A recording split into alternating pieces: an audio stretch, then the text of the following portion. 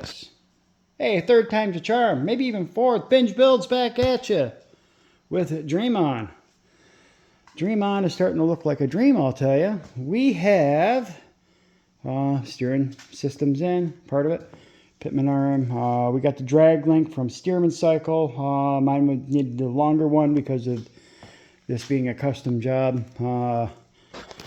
So they're able to help you out. Measurements like 19 inches where I ended up being. So the wiring is all ran up here nice and neat. We have the charge and the brake for the trailer connector.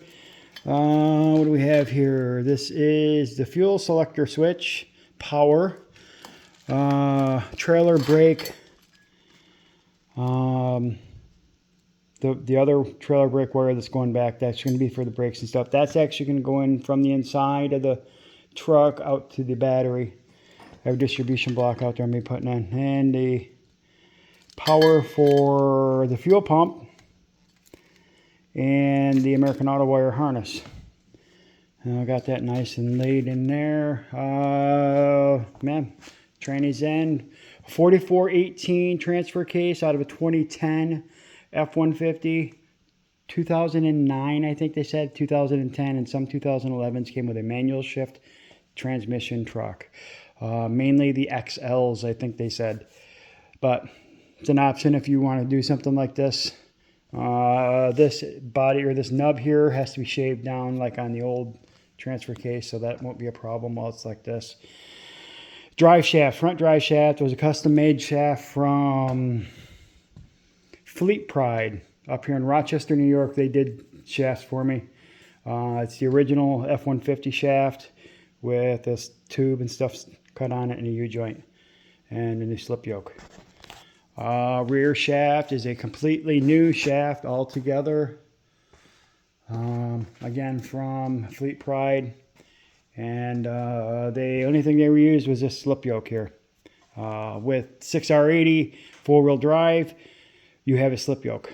So you can see where it actually was running before on the old 2012 F-150 that I had, my parts truck. If you look at one of the first videos that I put up here on YouTube, you'll see that truck. That slip yoke is out of that. This is where we're at. You know, we got fuel lines tucked away here. They're going to be ran up here. We're going to steel up to there and then flex, or this line up to the regulator and then over to the fuel rail. Grade A hardware throughout. As far as SAE hardware, metric is the highest number I could get, I think. 8.8, I think, is what they said it was. It's a big day, folks. Really big day. These are just setting in here, the front and rear shaft, because I wanted to show this. We got the pigtail for the in-cab tank feeding down here to the switch, and then from the switch, the selector switch, it does the electrical switch over from front to rear tank. That messenger wire is going up to the in-cab feed wire for the American Auto wire harness. I tidied that up there, back there. I flexed you can see there's a little bit of a crinkle in there. I flexed that so that my fuel hose will fit up in there nicely. So that'll work. I got a 2-inch PEX elbow coming to come up and go up, make that transition up. So that will be here this week while I'm gone. Vapor line is up there. Return line is up there. We have sending units. I want to talk to you about the sending units here. Both the Bronco 2 tank that I'm using here and the 71 tank that I'm using have a 7510 ohm. What that means is that 75 ohm is full. Excuse me, 75 ohm is empty, 10 ohm is full.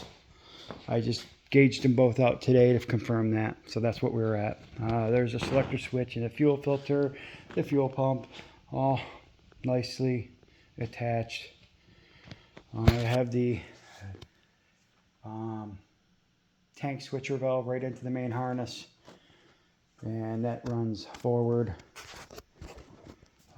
for power, and then back up, like I said, up through into the cab for the feed to the Dakota Digital. What else do we have here? Today has been a very good day. That needs just to be tucked down in there and strapped back. And yeah, it's on wheels. As you can see, it's on the dollies, on wheels.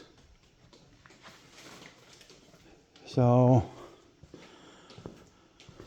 next is going to be putting the Stearman unit back in. Getting these shafts in. Getting the low-car shifter assembly installed and set up. I also have the electronics for the gear shifts, so that'll be put in from Dakota Digital. It's a 3002 kit, I think, from PB or from Fat Fender. Fat Fender Garage has quite a selection of stuff. I also got the pedal mount. What else did I get? The fuel filler, capless, or the capped fuel filler, so it's just push in. So it's a lot of stuff. What I'll do is I'll be reusing this heat shield also when I put the transfer case shifter in here. And that's about it for today. Kind of a long video for me anyway. As I said, Stearman cycle, the headers. Actually, I put the headers in before I put the Stearman cycle system in because that's I need more room.